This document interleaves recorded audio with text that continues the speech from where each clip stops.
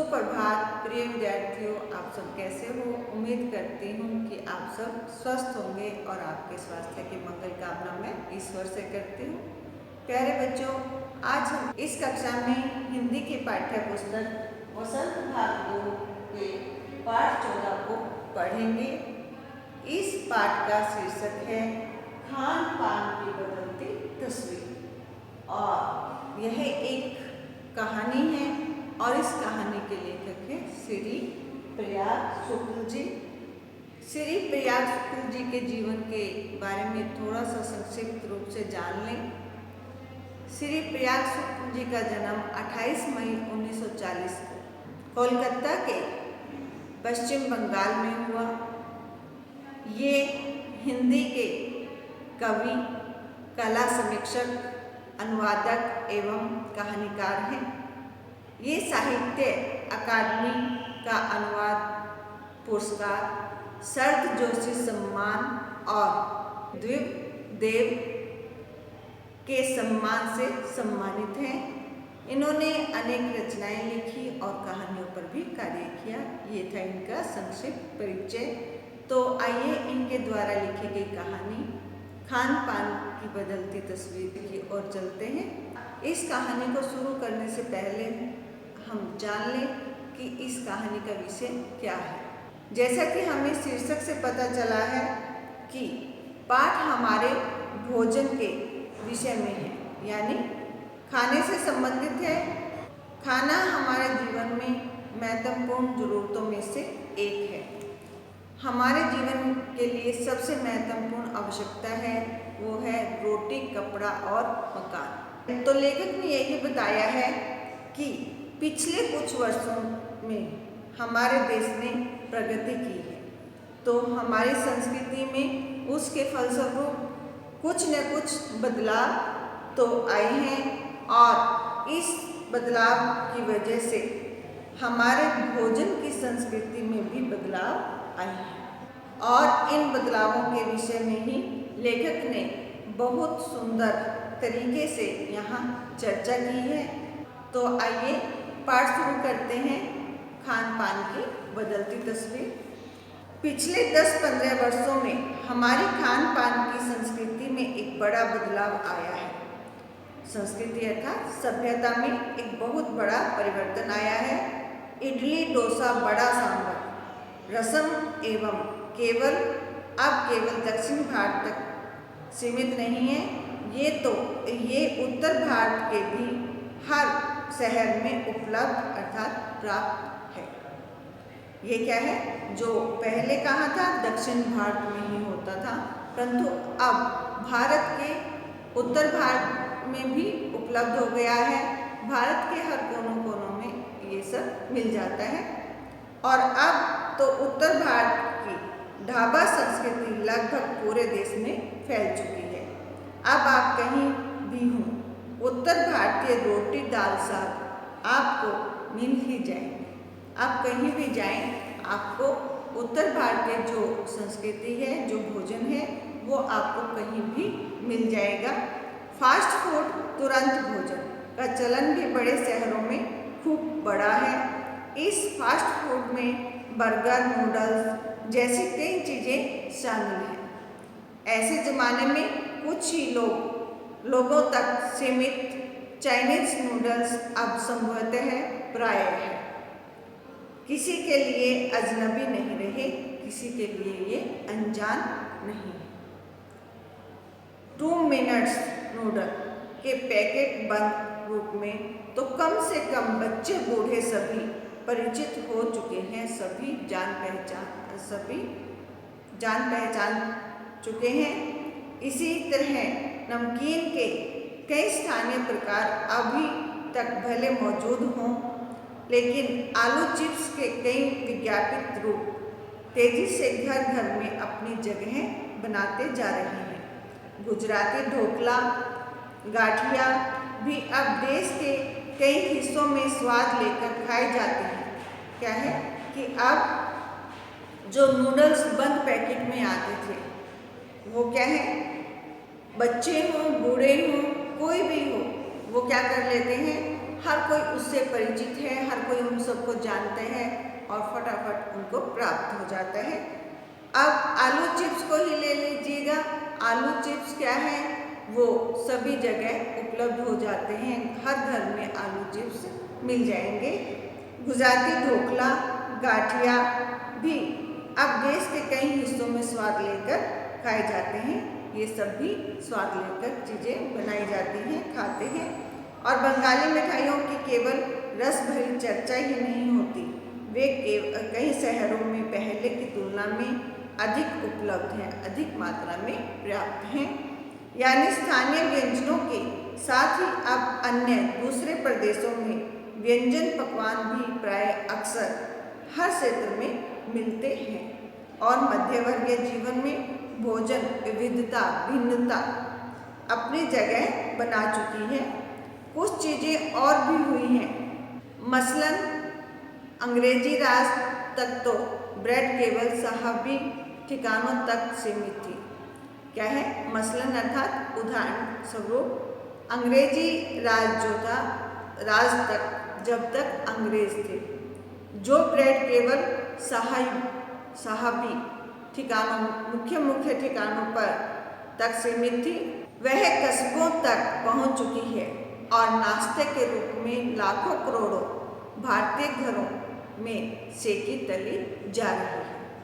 खान पान की इस बदलती संस्कृति में सबसे अधिक प्रभावित नई पीढ़ी हुई है।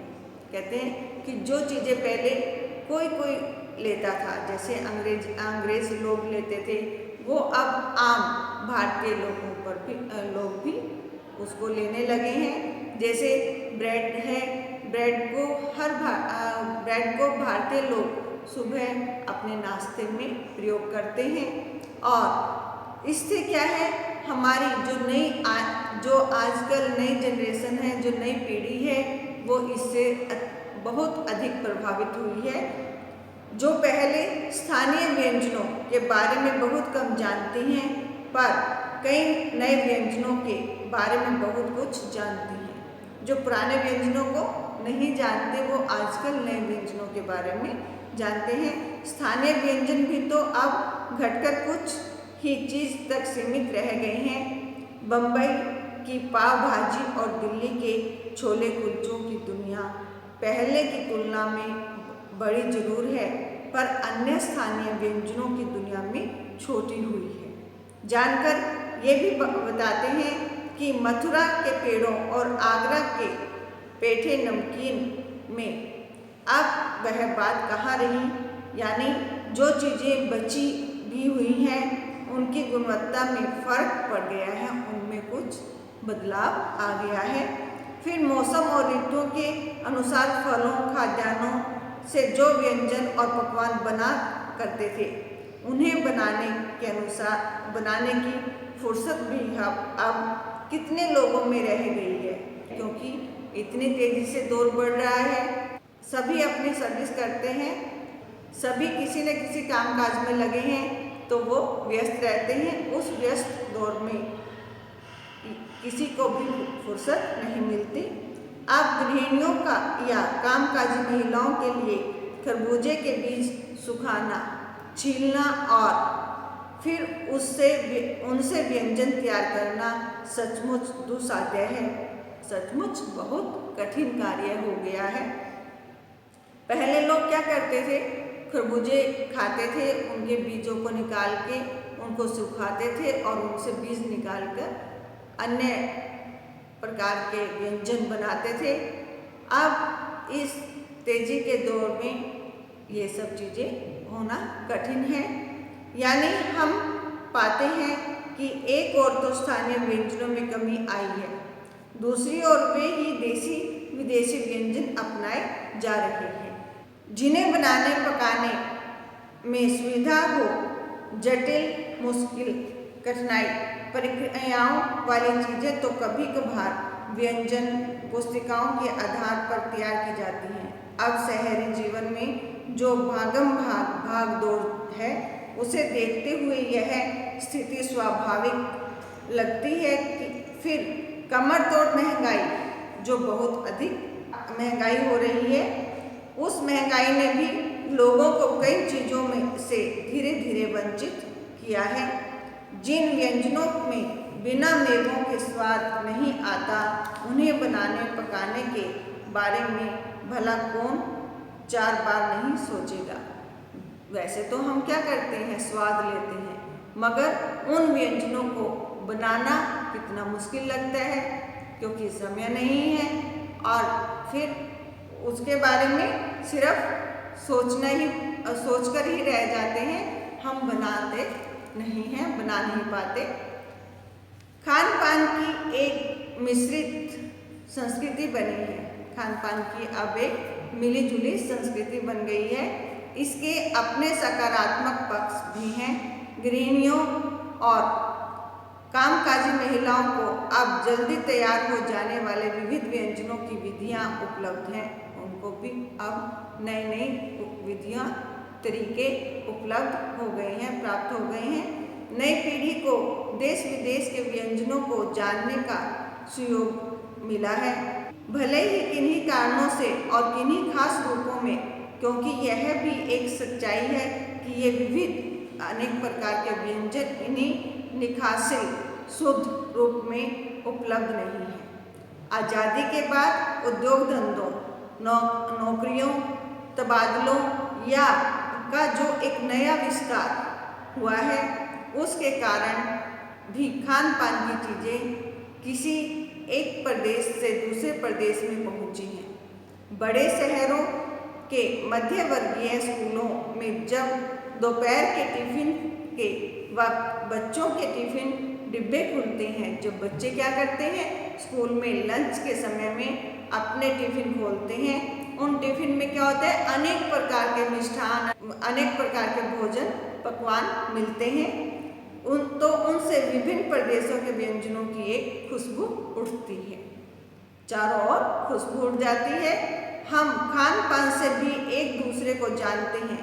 इस दृष्टि से देखें तो खान पान की नई संस्कृति में हमें राष्ट्रीय एकता के लिए नए बीज भी मिल सकते हैं। बीज भली भांति तभी अंकुरित प्रस्फुटित होंगे जब हम खान पान की से जुड़ी हुई दूसरी चीज़ों की ओर भी ध्यान देंगे। मसलन उदाहरण के तौर पर हम उस बोली बाणी,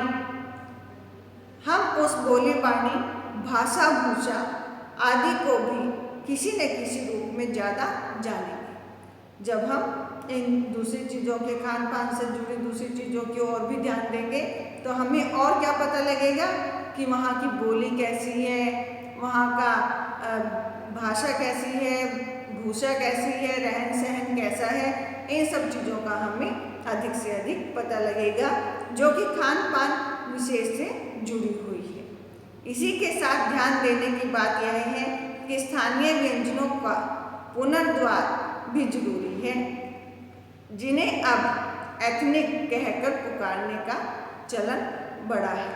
कि जो स्थानीय व्यंजनों का जो दूसरा द्वार भी हमें देखना जरूरी है। अब जिन्हें हम क्या कहते हैं, एथनिक नाम से पुकारते हैं। ऐसे स्थानीय व्यंजन केवल 5 सितारा होटल के प्रचार करने हेतु नहीं छोड़ दिए जाने चाहिए।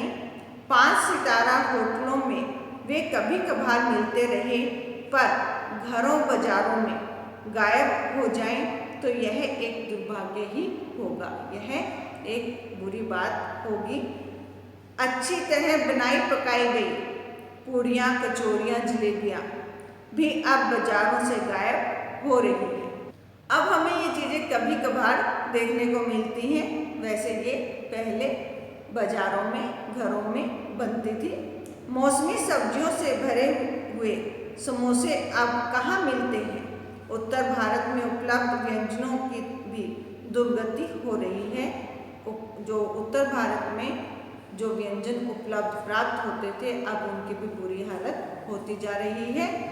अचरज नहीं कि पहले उत्तर भारत में जो चीज़ें गली मोहल्लों की दुकानों में आम हुआ करती थी। अचरज में हैरानी की बात है कि जो उत्तर भारत की गलियों में और मोहल्लों की दुकानों पर जो चीज़ें आराम से वस्तुएं जो मिल जाती थी, अब खास दुकानों में तलाशा जाता है। यह भी एक कड़वा सच है कि कई स्थानीय व्यंजनों को हमने तथाकथित आधुनिकता के चलते छोड़ दिया है और पश्चिम की नकल में बहुत सी ऐसी चीज़ें अपना ली हैं जो स्वाद, स्वास्थ्य और सरसता के मामले में हमारे बहुत अनुकूल नहीं है। हमने कई ऐसी चीज को अपनाया है जो स्वाद हो, स्वास्थ्य और सरसता के और रस भरी या अन्य जो सरल हो, आसानी से के मामले में हमारे अनुकूल, हमारे अनुसार नहीं हो। यह भी रहा है कि खान पान की मिश्रित संस्कृति में हम कई बार चीज़ों का असली और अलग स्वाद नहीं ले पा रहे हैं। अक्सर प्राय प्रीति भोजों और पार्टियों में एक साथ ढेरों चीज़ें रख दी जाती हैं और उनका स्वाद डगमग हो जाता है। उनका स्वाद क्या हो जाता है? बहुत सारी अनेक प्रकार की चीज़ें रखी होती हैं। जब हम पार्टी में जाते हैं तो हम खाते हैं तो वो क्या हो जाता है? स्वाद डगमगा जाता है, गड़बड़ा जाता है। खान पान की मिश्रित या विविध अनेक प्रकार की संस्कृति हमें कुछ चीज़ें चुनने का मौका देती है। हम उसका लाभ प्राय नहीं उठा रहे हैं। हम अक्सर एक ही प्लेट में कई तरह के और कई बार तो बिल्कुल विपरीत कहा गया, उल्टा प्रकृति वाले व्यंजन परोस लेना चाहते हैं। हम क्या करते हैं? जो प्रकृति के विपरीत हो, जो बिल्कुल उल्टा हो, हम कई बार जो हमारी प्रकृति के अनुसार नहीं है उसके बिल्कुल ही उल्टे हैं। कई बार तो हम अपनी थाली में, अपनी प्लेट में वो सब व्यंजन रख लेते हैं। इसलिए खान पान की जो मिश्रित विविध संस्कृति बनी है, खान पान की जो मिली जुली प्रकार की जो संस्कृति बनी है और अलग यही रहा है कि यही और अधिक विकसित होने वाली है, कि हमें अब यह लग ही रहा है कि यह और अधिक विकसित हो जाएगी। उसे तरह तरह से जांचते रहना जरूरी है। उसकी हमें जांच अनेक प्रकार से करते रहना बहुत जरूरी है। प्यारे बच्चों, आपने इस पाठ को सुना कि किस प्रकार पहले वाले जो व्यंजन थे हम वो अब भूलते जा रहे हैं, उनको हमने पीछे छोड़ दिया और जो हम कभी कभी पहले दूसरे दक्षिण भारत में जो व्यंजन बनते थे वो अब उत्तर भारत में मिलने लगे हैं। सभी जगह इन व्यंजनों का प्रयोग होने लगा है। इस बदलते दौर में नई पीढ़ी क्या कर रही है? इस और अधिक प्रभावित हो रही है। अब हमने ये पाठ पढ़ा और इस पाठ के पढ़ने के बाद अब हम करते हैं शब्दार्थ। आपको पुस्तक में भी रेखांकित करने हैं और लिखने हैं और अपनी उत्तर पुस्तिका में भी अपने इन शब्दार्थों को लिखना है। तो आइए शब्दार्थ करें। आइए अब शब्दार्थों को भी जान लें जो आपको उत्तर पुस्तिका में लिखना है। देखिएगा। संस्कृति, सभ्यता, बदलाव, परिवर्तन, अजनबी, अनजान, विविधता, भिन्नता। मसलन, उदाहरण, दुस्साध्य, कठिन, मिश्रित, मिलीजुली, निखासित, शुद्ध, अंकुरित, प्रस्फुटित, अचरज, हैरान। प्यारे बच्चों, आपने शब्दार्थ देखे। इन्हें सुंदर से लिखना और स्वस्थ रहना, घर पर रहना, कार्य करते रहना। धन्यवाद।